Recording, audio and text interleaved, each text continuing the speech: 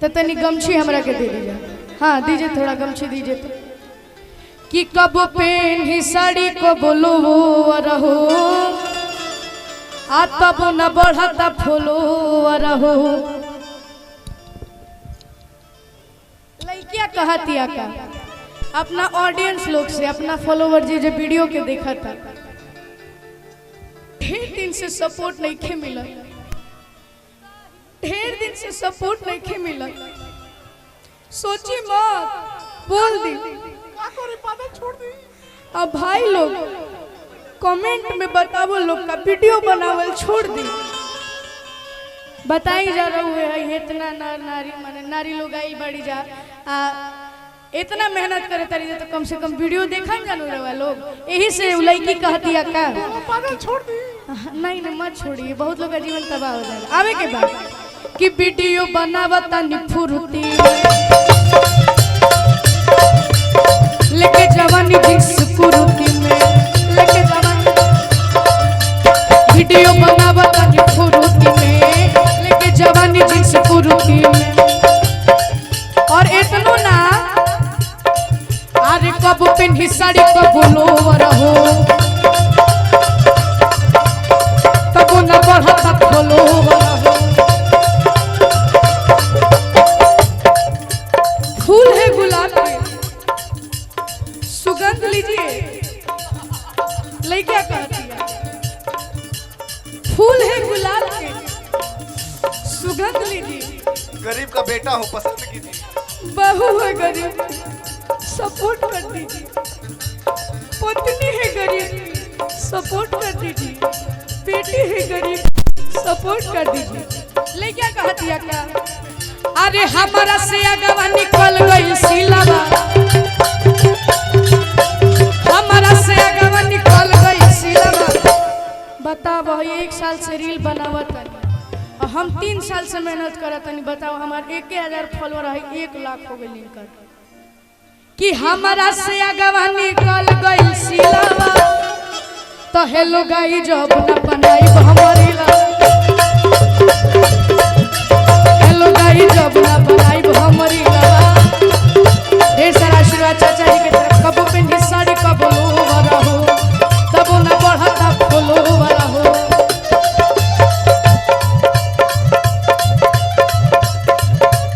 Video बनावता निफुरती में लेके जवानी जिनसे कुरुती में।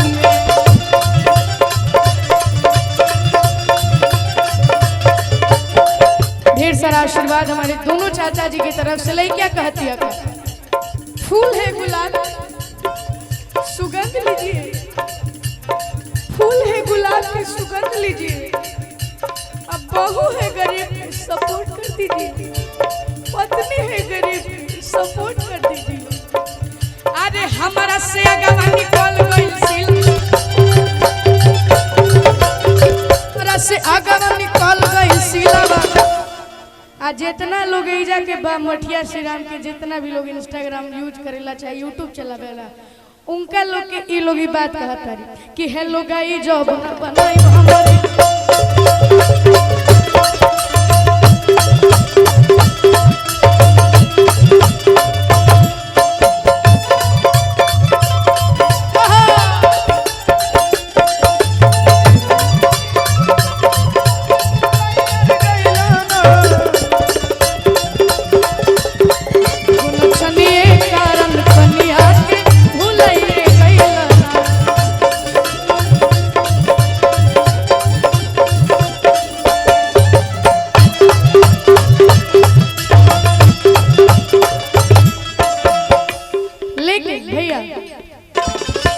अरे तहरा पढ़ाई के नहीं खे कोनो जोड़ हो, आप बोले लो तो इंग्लिश के तूर देलू गोड़ हो। तो ऐसन भाषा से हम पगला गईनी। आर्यन बाबू वाला तनी वोकल बढ़ा दीजिए भैया, वोकल बढ़ा दीजिए भैया, साउंड वाले भैया वोकल बढ़ाइए आर्यन कि बाबू। पगला गईनी। और अतिया कहती है कि बेची कापी किताब भुजा खा गईनी। ए राजा नैहर में कलम चबा गईनी। देखिए आज के डेट में अगर शादी हो जा रहा है तो चुपचाप कबूल कर लीजिए भैया नहीं तो ज्यादा अगर कोई पढ़ा लिखा आ गया तो आप अगले दिन आपका सेलिब्रेशन ड्रम में भी हो सकता है। बाय द वे बहुत सारी चीजें हैं तो ज्यादा हम इस पर डिस्कस नहीं करेंगे। फिर काम कैसे करो तो जितना लोग कुआर बड़े खुशी से रह जा कोनो दिक्कत नहीं थे। हाँ नया नया जिनकर ब्याह भइल बा उन लोग के तनी दिक्कत बा। जैसे में हमारे गोपाल भैया हैं आवे के बाद भैया कोट दीजिए हमारे अपना बुढ़ वाले अंकल हम सबके बीच प्रणाम है।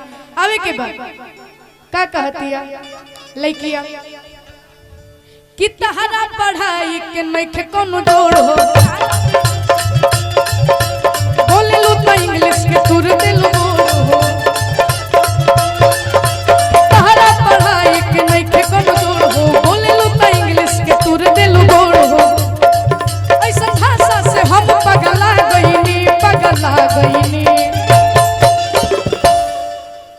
लइकिया कहतिया तब बेची कापी किताब भुजा खा गईनी बेची कापी किताब भुजा खा गईनी राजा नैहर ए राजा नैहर ए राजा नैहर में कलम चबा गईनी राजा नैहर में कलम चबा गईनी तहरा पढ़ाई के नइखे कोनो जोड़ हो। हमने के बीच में भैया मीठा मीठा तरी हमने के बीच में भोजपुरी के सुपरस्टार गायक फिल्म अभिनेता बड़े भैया धनंजय भैया उपस्थित हुए। धनंजय भैया एक बार यहाँ आए ना एक बार ताली बजा दीजिए जोरदार जोरदार ताली होके के चाहिए। भोजपुरी के वो गायक जेकर वो गाना इतना हिट भइल आप सब इतना प्यार दानी जा नबजिया बैत का जानी मुझे दिल की बीमारी है। एक बार ताली बजा दीजिए जोरदार ताली बजा के स्वागत करे बड़े भैया धनंजय भैया के लिए। हम सबके बीच धनंजय भैया आए दिल से आभार इतना समय देने के लिए भैया कि ऐसन भाषा से हम पगला गईनी। अच्छा जब अंग्रेजी बोले ना मिला तो काहे बोले भोजपुरी बोला चाहे हिंदी बोला ये क्या ली भोजपुरी हिंदी इंग्लिश सब मिक्स कर दिली अब पता नहीं कि चलत का बोला तारी।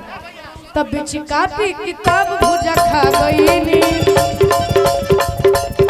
अब बेची कापी किताब भुजा खा गईनी राजा नैहर ए राजा नैहर में कलम चबा गईनी राजा नैहर में कलम चबा गईनी।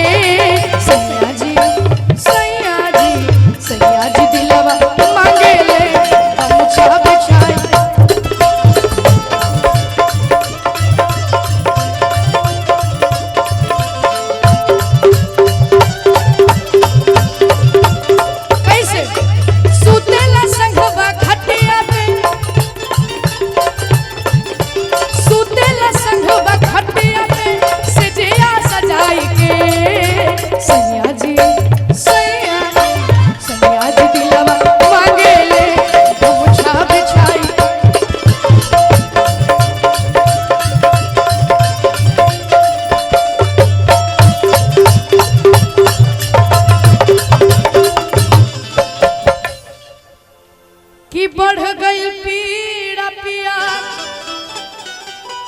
अरे सच कहतानी। अभी तो यूपी बिहार के बॉर्डर पे कुशीनगर जिला में जगह कि बढ़ गई पीड़ा पिया